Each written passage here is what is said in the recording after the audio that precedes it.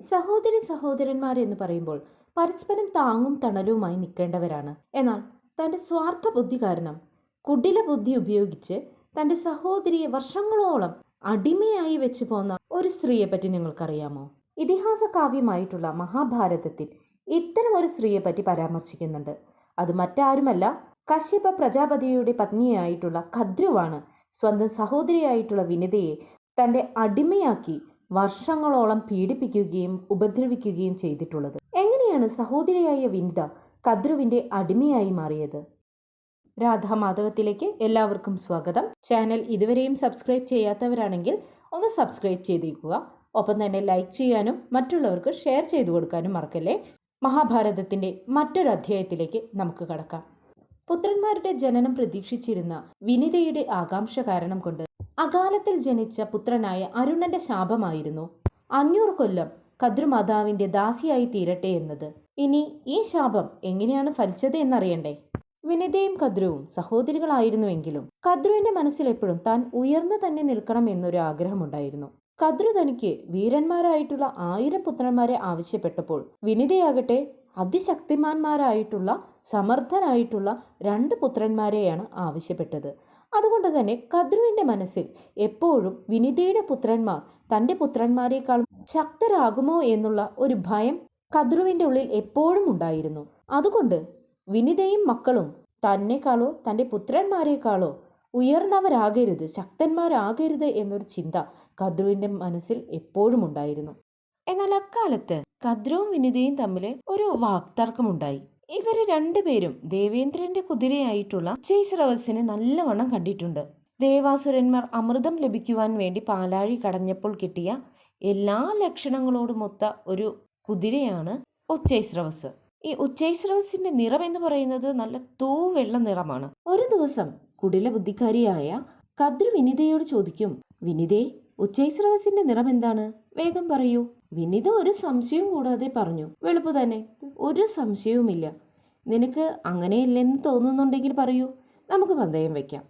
അപ്പോൾ കദ്രു പറയും, എനിക്ക് തോന്നുന്നത് ഉച്ചൈസ്രവസ് വെളുപ്പ് തന്നെയാണ്, പക്ഷെ ഉച്ചൈസ്രവസിന്റെ വാലിന്റെ നിറം കറുത്തതാണെന്നാണ്. ഞാൻ പന്തയം വെക്കാൻ തയ്യാറാണ്. ഈ പന്തയത്തിൽ നീ തോറ്റു കഴിഞ്ഞാൽ നീ എൻ്റെ ദാസിയായി മാറും. ഇനി ഞാൻ തോൽക്കുകയാണെങ്കിൽ ഞാൻ നിന്റെ ദാസിയാകാം. ഈ പന്തയത്തിന് 2 പേരും സമ്മതിക്കും. അടുത്ത ദിവസം രാവിലെ പോയി നോക്കാമെന്ന് പറഞ്ഞ് 2 പേരും അവിടെ നിന്ന് പിരിയും. അപ്പം അന്ന് രാത്രി ഈ കുടില ബുദ്ധിക്കാരിയായിട്ടുള്ള കദ്രു തൻ്റെ 1000 സർപ്പപുത്രന്മാരെയും വിളിച്ചു വരുത്തും. എന്നിട്ട് പറയും, നിങ്ങൾ പോയി ഉച്ചൈസ്രവസിന്റെ വാലിൽ കറുത്ത രോമങ്ങളായി ചുറ്റിപ്പിടഞ്ഞിരിക്കണം.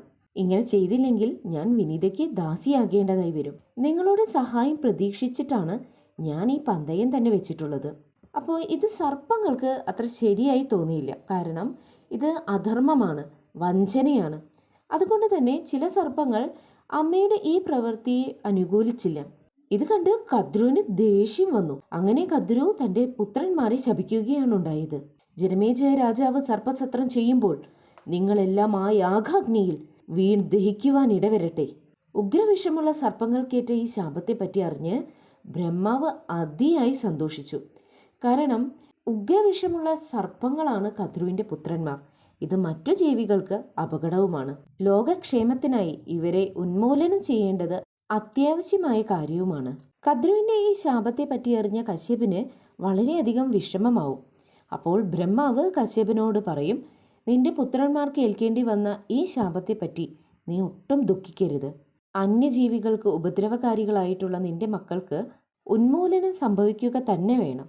സർപ്പസത്രത്തിൽ വിഷപ്പാമ്പുകൾക്ക് നാശം സംഭവിക്കുന്നത് നല്ലതിനു വേണ്ടി തന്നെയാണ്. ഇപ്രകാരം ബ്രഹ്മാവ് കശ്യപനെ സമാധാനിപ്പിക്കും. എന്നാൽ ഇതുകൊണ്ടൊന്നും സങ്കടം തീരാത്ത കശ്യപനെ ബ്രഹ്മാവ് എത്ര ഉഗ്രവിഷത്തെയും നശിപ്പിക്കുവാനുള്ള വിദ്യയും ഉപദേശിച്ചു കൊടുത്തു. മാതൃശാപത്തിൽ നിന്നും രക്ഷപ്പെടുവാനായി കാർക്കോടകനും മറ്റു സഹോദരന്മാരും കദ്രുവിനെ ആശ്വസിപ്പിക്കും. അമ്മേ, ഭയപ്പെടേണ്ട, ഞങ്ങൾ കുതിരയുടെ വാലിൽ പ്രവേശിച്ച് വാലിനെ കറുപ്പ് നിറമാക്കി മാറ്റാം. അമ്മ സമാധാനമായിട്ടിരിക്കൂ. കാർക്കോടകന്റെ വാക്കുകൾ കദ്രുവിനെ സന്തോഷിപ്പിച്ചു.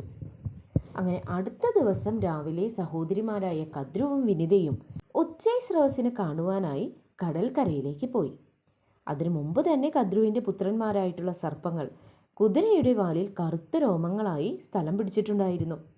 കദ്രുവും വിനിതയും കടലിൻ്റെ അക്കരെ കുതിര നിൽക്കുന്നത് കാണുമ്പോൾ വേഗം അടുത്തേക്ക് ചെല്ലും. കുതിരയുടെ ദേഹം മുഴുവൻ വെളുത്ത നിറമാണെങ്കിലും വാൽ കറുത്ത നിറമായിട്ടാണ് അവർക്ക് ദൂരെ നിന്ന് കാണാൻ സാധിച്ചത്. ഇത് കണ്ട് കദ്രുവിൻ്റെ മുഖം സന്തോഷം കൊണ്ട് നിറഞ്ഞു. എന്നാൽ തൊട്ടടുത്ത് നിൽക്കുന്ന വിനിതയുടെ കാര്യമോ? വിനിതയുടെ മുഖമെല്ലാം വാടിപ്പോയി. സംഭവിച്ച കാരണം എന്തെന്നറിയാതെ വിഷമത്തിലായിപ്പോയി വിനിത. അങ്ങനെ പന്തയത്തിൽ തോറ്റുപോയ വിനിത കദ്രുവിൻ്റെ ദാസിയായി മാറി. അന്നു മുതൽ കദ്രുവിൻ്റെയും കദ്രുപുത്രന്മാരുടെയും എല്ലാ ഇഷ്ടാനിഷ്ടങ്ങളും നോക്കിക്കൊണ്ട് അവരുടെ ആജ്ഞകളൊക്കെ കേട്ടുകൊണ്ട് വിനിത കാലം കഴിച്ചു പോന്നു. തൻ്റെ അവിവേകം കൊണ്ട് വികലാംഗനായിത്തീർന്ന അരുണൻ്റെ ശാപം വിനിത ഓർത്തുപോയി. അടുത്ത പുത്രൻ്റെ ജനനവും പ്രതീക്ഷിച്ചുകൊണ്ട് അവൾ ആശ്വാസം പൂണ്ടു. തൻ്റെ രണ്ടാമത്തെ പുത്രൻ്റെ പിറവിയോടെ തൻ്റെ ഈ ദാസ്യത്തിന് ഒരു ശമനമുണ്ടാകുമെന്ന് പ്രതീക്ഷിച്ച് വിനിത പുത്രൻ്റെ ജനനത്തിനായി കാത്തിരുന്നു. അങ്ങനെ 500 വർഷങ്ങൾ കൂടി കഴിഞ്ഞപ്പോൾ വിനിതയുടെ രണ്ടാമത്തെ പുത്രനായ ഗരുഡൻ ജന്മമെടുത്തു. ജനിച്ച ഉടൻ തന്നെ അതിതേജസ്വിയും ഉഗ്രവീര്യനുമായ ഗരുഡൻ ഭയങ്കരമായ ശബ്ദം പുറപ്പെടുവിച്ചുകൊണ്ട് അത്യുജ്വലമായ ശരീരകാന്തിയോടുകൂടി ലോകം ഒട്ടെ വളർന്നു. ഇത് കണ്ട് ദേവന്മാർ പോലും ഗരുഡനെ സ്തുതിച്ച് ഗരുഡൻ്റെ ശരീരത്തിൽ നിന്നും ഉദ്ഭവിക്കുന്ന ആ തേജസ്സിനെ അല്ലെങ്കിൽ ആ ഊർജത്തിനെ ഒന്ന് ഉപസംഹരിക്കുവാനായി അപേക്ഷിച്ചു. ദേവർഷിമാരുടെ പ്രാർത്ഥനയനുസരിച്ച് ഗരുഡൻ സ്വയം തൻ്റെ ദേഹത്തെയും തേജസ്സിനെയും കുറച്ച് സാധാരണ രൂപം കൈക്കൊണ്ട് അവരെ ആശ്വസിപ്പിച്ചു. പിന്നീടാണ് ഗരുഡൻ തൻ്റെ അമ്മയെ പറ്റി ഓർത്തത്. ഗരുഡൻ തൻ്റെ ജ്ഞാനസൃഷ്ടി കൊണ്ട് അമ്മ സമുദ്രത്തിൻ്റെ മറുകരയിൽ കദ്രുവിൻ്റെ ദാസിയായി കഴിയുകയാണെന്ന വിവരമറിയുകയും ഉടനെ തന്നെ സൂര്യഭഗവാന്റെ ലോകത്ത് പോയി പാദഹീനനായിട്ടുള്ള അരുണനെയും ചുമലിലേറ്റി വിനിതയുടെ അടുത്തേക്ക് ചെന്നു.